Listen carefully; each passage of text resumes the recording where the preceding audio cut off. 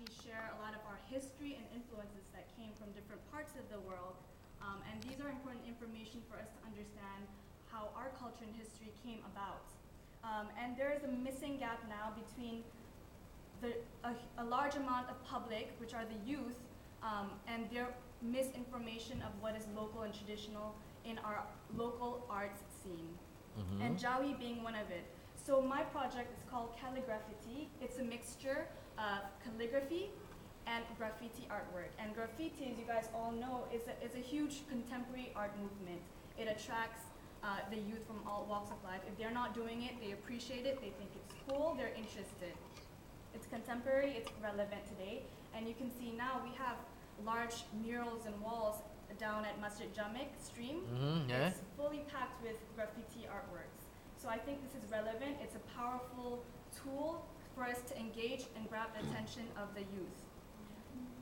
So my project is proposing both mural and sculptures to be placed in Masjid Jamek around Kuala Lumpur as a cultural mapping. So these Jawi will actually contain contents of old Malaysian poems, which can be appreciated under tourism, visitors that come here so they can be tourist sites, as well as the youth because they're attracted to the artwork. So it's not as if they're reading a manuscript where it's, what's relevant to them, and naturally they won't have an interest to look into our history. So it's just attractive way to engage interest and spark interest in the youth. Why is this important? Why should you fund this project, Calligraffiti? I want to provide you with three important reasons. The first, there is a gap in originality and local artworks in our local art scene today. We are copying works from the West.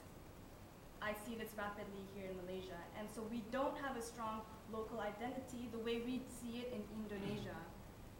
Arts is flourishing in Indonesia, whereas we don't have that here in Malaysia because one, there is a lack of fun in the arts and a lack of information and research for people to really be interested in our arts and our tradition. So by doing this project, I really believe that more funds will come through for us to revive a lot of our lost history and dying arts. And this also causes dying arts because with no interest, there's a loss of jobs. With no interest, there is a loss of jobs because you cannot sell or monetize some of these products.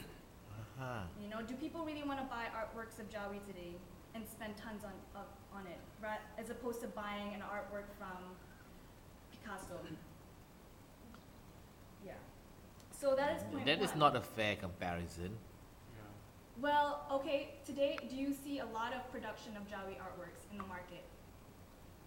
They're usually in like small, hidden craft shops in Kampung Baru. But you don't see it in Publica, where it is the commercial space for artworks. Correct. So my point is that it's not reaching a commercial level of works or not reaching a certain amount of mass public. Second point would be that our biggest audience for this project is the youth. It's a public engagement, it's a youth engagement project. So why the youth?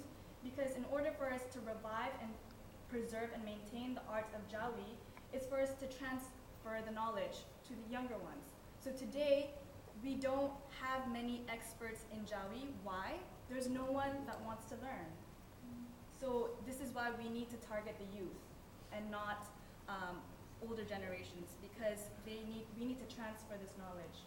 So again, a dying art. No one is interested to learn. My last point is with this kind of project, since it's dealing with graffiti, we will be bringing in an international artist with a large follower to engage and exchange with the local artist here. With this, we are able to implement a global outreach marketing plan through social media and digital marketing. And you guys all know that today, this is very viral. This can go viral globally and locally. So by having this opportunity of a global outreach where this project is documented and then spread by word of mouth and through social media, through visuals, to the youth at large, not just in Malaysia, the interest and value is there for investors and even academicians to want to put funds for us to continue to expand in our research for Jawi and expand in programs to engage with our young ones to participate in learning Jawi. So again, I'd like to summarize our importance of reviving a local traditional art such as Jawi, because it is a dying art. It is an art that preserves our traditional language to the youth by first acknowledging that local identity is important as part of our local art, as part of our culture and for our people, for us to really originate as artists. Second, the youth is our biggest target audience and our most crucial target audience. Our most crucial. Our most crucial target audience, because they are our generation and our future. Lastly, this will be a global outreach. So not only will it increase funds to come into this project for the future and future programs to promote Jawi, it will increase or have the potential to increase tourism. People will think Jawi, Don't look Malaysia. upwards. Huh? So the first thing they think of when they see Jawi artwork, if it's anywhere in the world, it's Malaysia. And that's kind of attraction. I beg to differ. They may think that it is Arabic. You got a point there, but I think Jawi also has a very strong characteristics as opposed to Arabic calligraphy. And those that can read Arabic can see that it's not Arabic writing and content. But we can talk about this later. Yeah. Okay. But at least in the study, or those that are aware of calligraphy on the surface, you read books and you see calligraphies from Iran, from the Middle East, from Africa, but you don't see much information of calligraphy in Southeast Asia and Malaysia, and we do have that. We have that information, but it's lost, it's hidden. So again, I would like to really urge you to look into the value. To look into the value Of this project for our community and our nation, and help us by granting us 200,000 ringgit for this project that will be completed by November 2015. Why must we have international artists?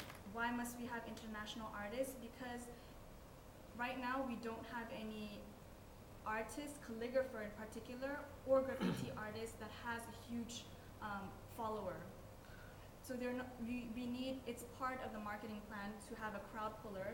And beyond that, it's a global exchange. It's exchange between an international, a nation from nation, Malaysia. Who is this person? I'm looking at El Cid. If you guys study, But he's not Malaysian. He's not Malaysian, but Yeah. he will be coming in to work with local. He's what, Moroccan? He's Tunisian. Algerian, Tunisian, French. yeah. Okay. You've heard of him? Yes, I thought he was a Moroccan, yeah. Oh yeah. Tunisian. So we are actually going to bring him down to work with a collective of calligraphers, young ones, from the Visual Arts Organization of Selangor, Kuala Lumpur, and they're interested in embarking on their research in Jawi, but they can't because they don't have the funds or interest to do so. So he will be coming and collaborating with them to create a piece based on collaboration. So I think this is more impactful than just because it's a global exchange and we need exchanges. We need to open up to the world.